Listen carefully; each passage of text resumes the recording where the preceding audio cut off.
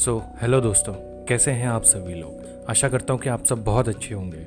तो दोस्तों, आज की जो कहानी है वो कुलधरा के ऊपर बेस्ड है। सबसे पहले हम जानेंगे कुलधरा का इतिहास, फिर जानेंगे वो घटना जो उन 3 दोस्तों के साथ हुई। तो चलिए शुरू करते हैं। राजस्थान के जैसलमेर से करीब 18 किलोमीटर दूरी स्थित कुलधरा गांव आज एक खंडर बन चुका है, लेकिन इसकी गाथा दिलचस्प और रहस्यमयी है।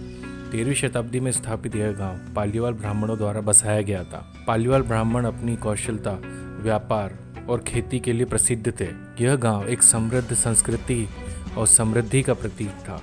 कहानी की शुरुआत 19वीं सदी में होती है, जब जैसलमेर के दीवान सलीम सिंह की बुरी नज़र गांव के मुखिया की बेटी पर पड़ी। सलीम सिंह ने उस लड़की से विवाह करने की इच्छा जाहिर की और गांव वालों पर दबाव डाला।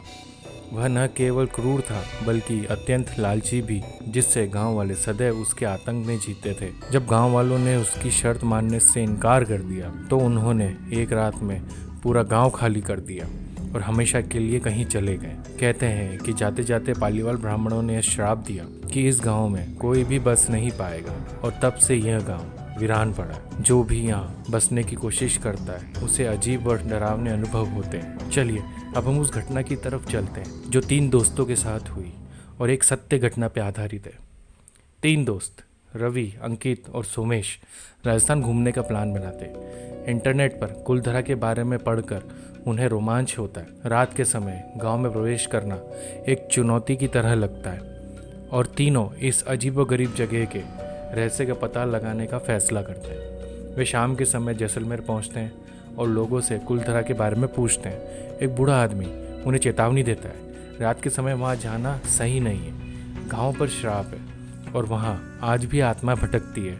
लेकिन रोमांच के शौकीन तीनों दोस्तों ने उसकी बात को अनसुना कर दिया और रात के अंधेरे में कुलधरा के लिए निकल पड़े। गांव में पहुंचते ही उनकी गाड़ी अचानक बंद हो गई।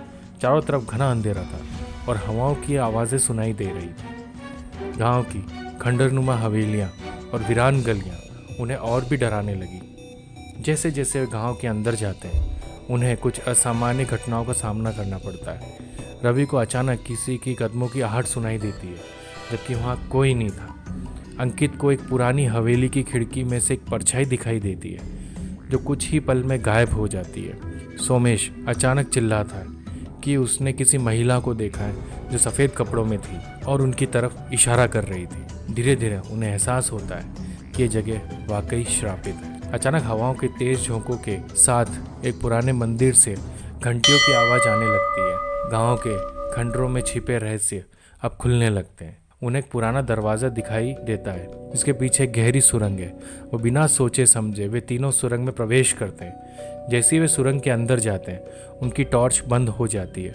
अब अंधकार और भय के बीच में वो फंसे हुए थे। रवि को महसूस होता है कि कोई उसके कंधे पर हाथ रख रहा है, लेकिन जब वो मुड़कर देखता है तो वहाँ कोई नहीं होता। सोमेश को लगता है कि कोई उसकी गर्दन दबा रहा है और अंकित को ऐसा प्रतीत होता है कि कोई अदृश्य शक्ति उन्हें खींचने की कोशिश कर रही है। तीनों दोस्तों को अब अपने जीवन की चिंता सताने लगती है। उन्हें हर तरफ से आवाज़ें सुनाई देने लगती है, जैसे कोई उनके आसपास हो, लेकिन दिखता कुछ भी नहीं। डर और पसीने में डूबे हुए वे भागने की कोशिश करते हैं, लेकिन हर गली उन्हें एक रहस्यमय रास्ते पर ले जाती है। अंत में किसी तरह वे सुरंग से बाहर निकलते हैं और दौड़ते हुए अपनी गाड़ी तक पहुंचते हैं। गाड़ी जैसे तैसे चालू होती है और वे गांव से दूर भाग जाते हैं। पीछे मुड़कर देखने की हिम्मत किसी की नहीं होती।